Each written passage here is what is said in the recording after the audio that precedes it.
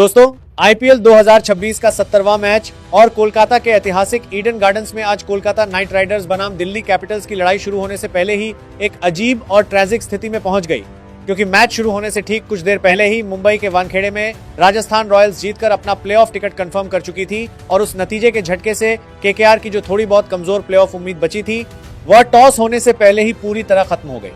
लेकिन जी हां दोस्त, मैच की अहमियत कागज पर कम जरूर हो गई थी, लेकिन मैदान की लड़ाई में दिल्ली कैपिटल्स ने जरा भी रहम नहीं दिखाया, बल्कि बैटिंग, बॉलिंग और दबाव संभालने के मामले में उन्होंने आज ऐसा क्लिनिकल क्रिकेट खेला जहां केकेआर अपने ही घर में 40 रन के बड़े अंतर से हार मानने पर मजबूर हो गई।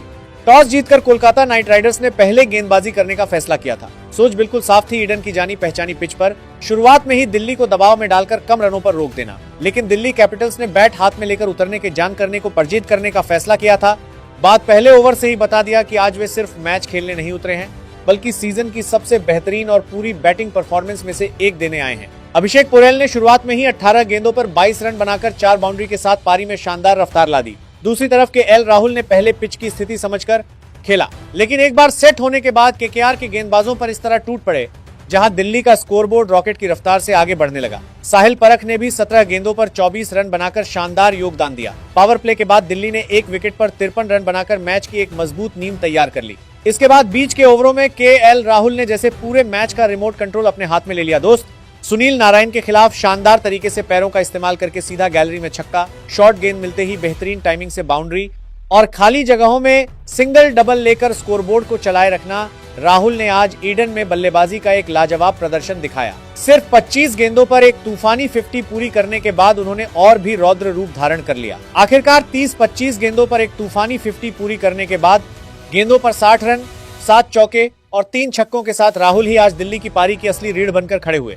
उनके साथ कंधे से कंधा मिलाया कप्तान अक्षर पटेल ने, जिन्होंने 25 गेंदों पर 39 रन बनाकर शानदार तरीके से पारी को आगे बढ़ाया। राहुल आउट जरूर हुए, लेकिन दिल्ली की रन बनाने की रफ्तार जरा भी नहीं रुकी दोस्त, क्योंकि अक्षर और डेविड मिलर ने आखिरी हिस्से में उस बड़े स्कोर के रास्ते को पूरी तरह बनाए रखा था।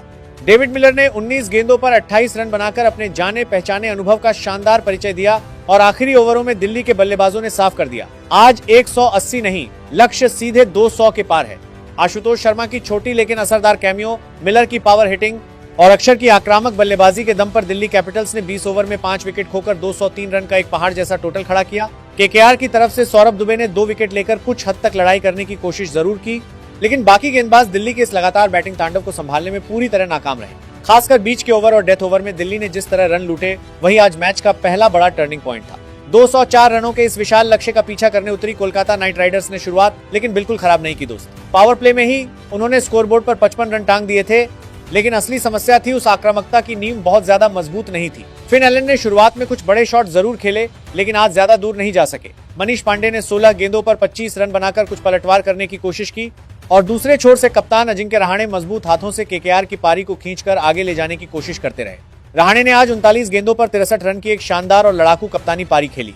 उनके बल्ले में आज आत्मविश्वास, क्लास और सीना तानकर लड़ने की एक अजीब जिद दिखाई दे रही थी। लेकिन दोस्त, टी20 क्रिकेट में सिर्फ एक बल्लेबाज की अकेली लड़ाई से 204 रनों का पहाड़ पार नहीं किया जा सकता। दूसरे छोर से भी लगातार सपोर्ट की जरूरत थी और वही आज केकेआर कैंप ने बहुत बड़ा मिस किया।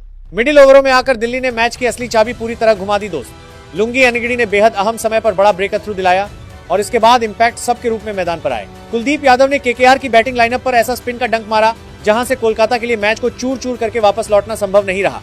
कैमरन ग्रीन को जल्दी लौटाने के बाद कुलदीप ने सबसे बड़ा झटका दिया केकेआर के 2 मुख्य भरोसे रहाणे और रिंकू सिंह को सही समय पर आउट करके। रहाणे जब तक क्रीज पर टिके थे तब तक केकेआर के ड्रेसिंग रूम में थोड़ी ही सही जीत की एक उम्मीद जिंदा थी, लेकिन रहाणे के लौटते ही कोलकाता की वह उम्मीद एक पल में ताश के पत्तों की तरह बिखर गई। कुलदीप ने अकेले 3 विकेट लेकर मैच का रुख पूरी तरह दिल्ली की जेब में डाल दिया और इसी वजह से वह आज प्लेयर ऑफ द मैच चुने गए।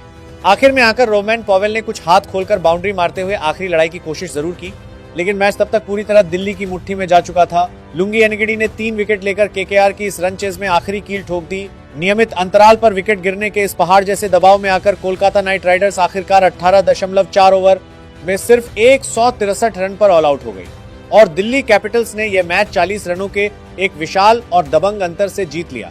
यह जीत दिल्ली के लिए सिर्फ स्कोरबोर्ड की जीत नहीं थी, यह बाकी टीमों के लिए एक बड़ा संदेश था। पूरा स्क्वाड एक साथ परफॉर्म करे तो वे किसी भी प्रतिद्वंद्वी को एक झटके में उड़ा सकते हैं।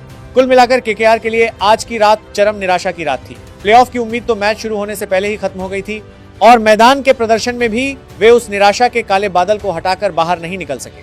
दूसरी तरफ दिल्ली कैपिटल्स ने आज दिखा दिया कि बैटिंग में टीम का योगदान, मिडिल ओवरों में राहुल, अक्षर का अटूट नियंत्रण, डेथ ओवरों की मजबूत फिनिशिंग और गेंदबाजी में कुलदीप, एनागिडी की वह धार, ये चार चीजें जब एक साथ मिलती हैं तो मैच को कैसे एक तरफा अपने कब्जे में लिया जाता है।